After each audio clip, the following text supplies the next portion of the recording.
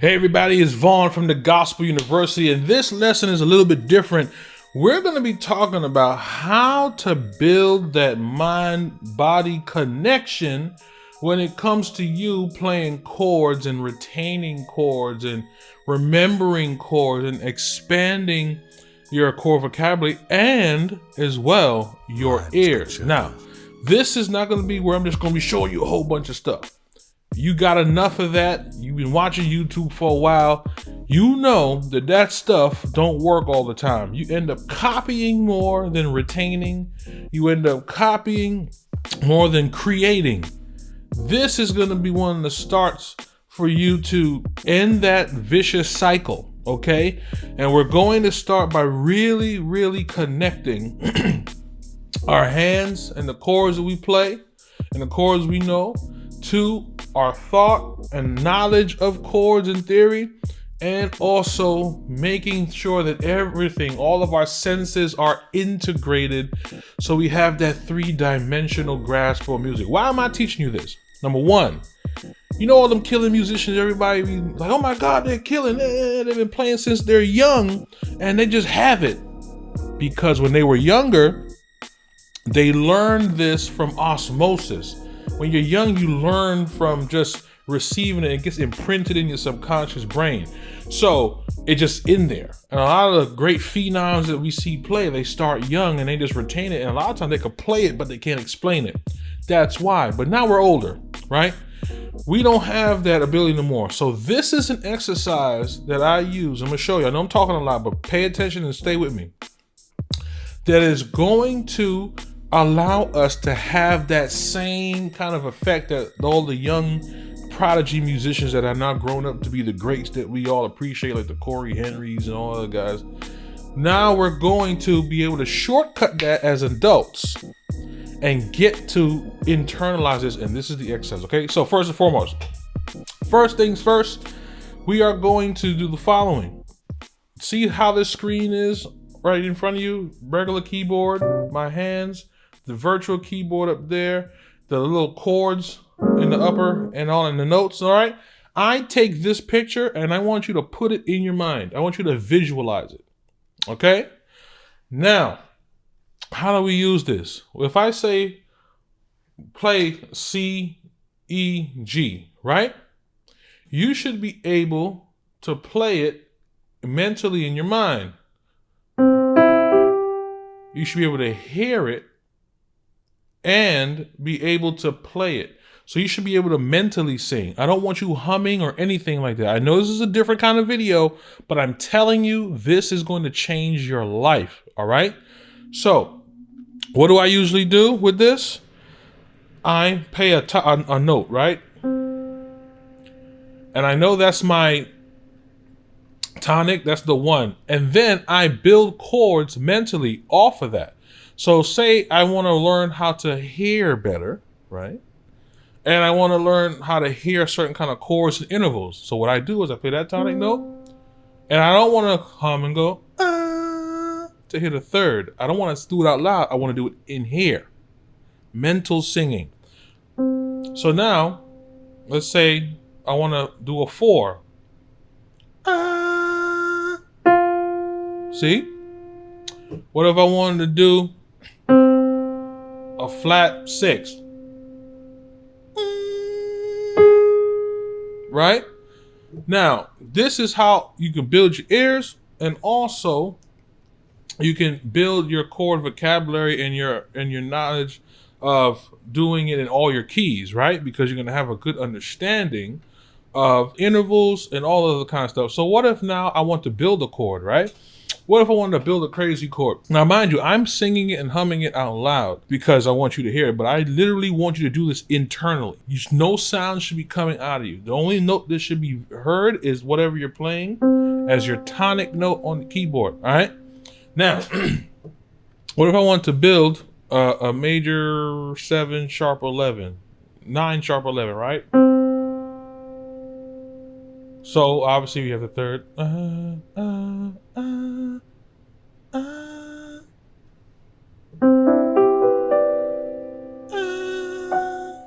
Okay.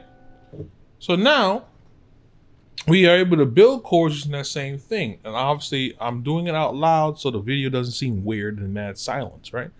But you are doing this in your head.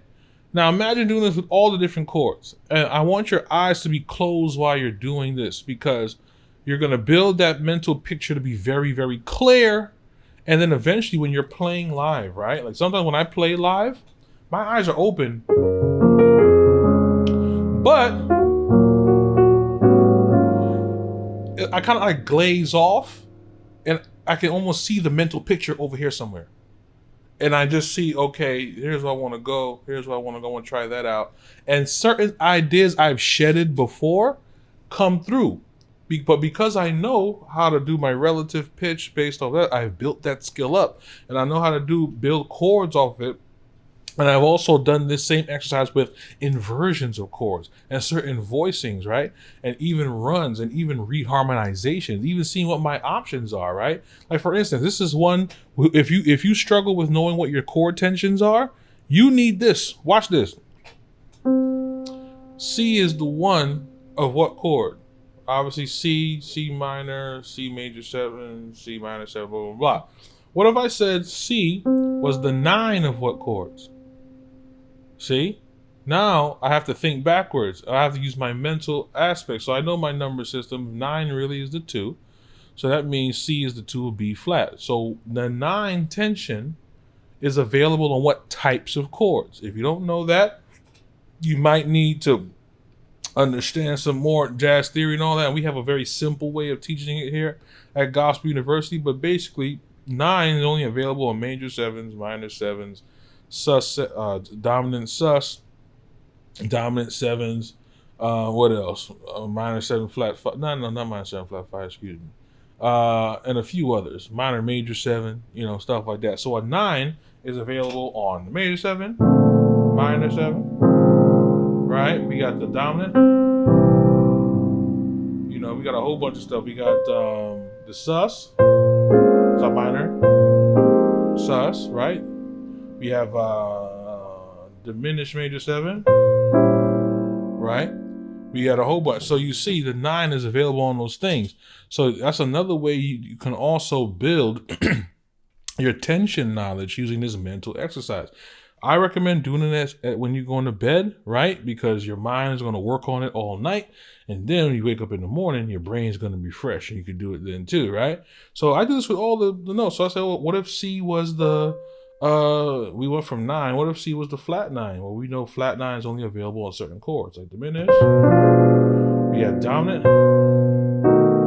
right? C is what if C was the 9? We already did that. What if C was the sharp 9? Sharp 9 is only available on dominant. What if we did C is the 3rd? We already know A flat, right? Augmented, right?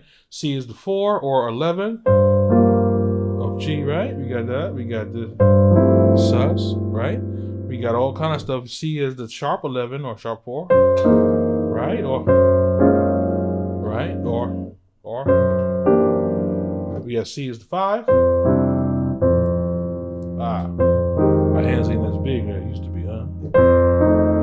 We got C as the flat 9, or flat 13, excuse me, right? Or 1/3, right? We got C as the 13.